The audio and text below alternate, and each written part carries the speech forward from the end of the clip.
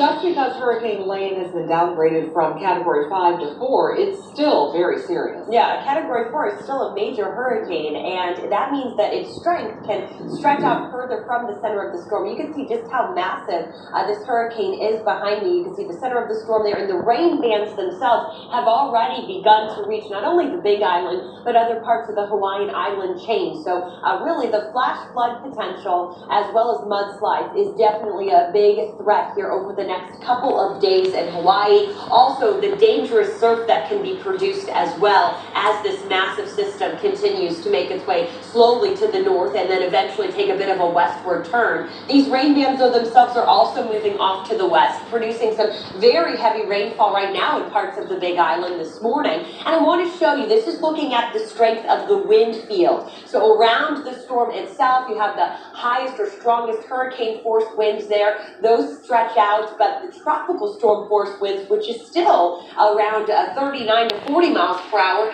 that can stretch about 140 miles out from where the center of the storm is. So it is expected to stay Category 4 storm as we head through Friday, making that westward turn here and still producing some very strong winds even as it continues to weaken over the next several days. So we'll continue to monitor this for you and bring you updates. Here in the Miami Valley, our bus stop forecast, our forecast just in general, we're getting a taste of what fall could be like here in the Miami Valley, but don't get used to it. It's 53 degrees. That's where we will be this morning when the kids are out at the bus stop, and then later this afternoon around 76. So it is a really pleasant day. Even though the morning is cool enough for a sweater, this afternoon will end up warmer than yesterday.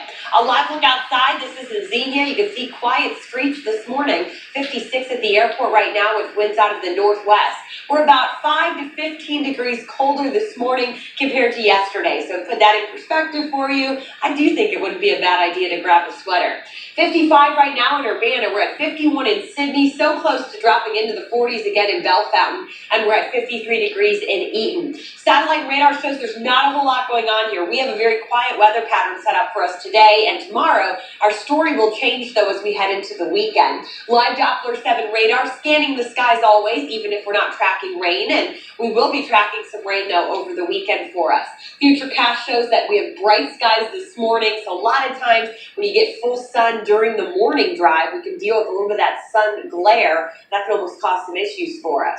Heading into the afternoon, sunny skies when the kids get off the bus here. We'll be around 78 degrees in the Dayton area. Looking at some other cities today after school, Centerville, 78 degrees, 76 in Sydney, and we'll be around 78 in Fairborn. Tonight, I expect us to get back down into the upper 50s, so keep in mind that's still cool enough to keep the windows open if you'd like. But looking at the 5-day forecast, don't get used to this fall-like weather. We are climbing back through the 80s very quickly this weekend. We're also going to track the threat for some thunderstorms Saturday, so we'll look at the timing of that in just a few minutes. We bring you weather and traffic every 10 minutes. Let's check in with Sergeant Mark again. Good morning, Sarge. And good morning again to you, Kirstie. We've had a good start to our morning drive. We've had great driving conditions so far. I'm going to check in with Traffic Tracker, get a look at the freeway, Interstate 75, and it looks like we are in good shape on this part of the freeway. Also, I had a chance to check in with the camera here in downtown Dayton, around 35 at Perry Street, near the area of the 75-35 interchange. Not a problem with this part of the freeway. I'm Sergeant Mark Bauer, WHIO Team Traffic. Sergeant, thank you. It is 5:20, 56 degrees. A nature preserve in Clark County is doubling in size, where the Park District acquired the new land. Thousands of people will fill Courthouse Square this weekend. The cause that's bringing out so many.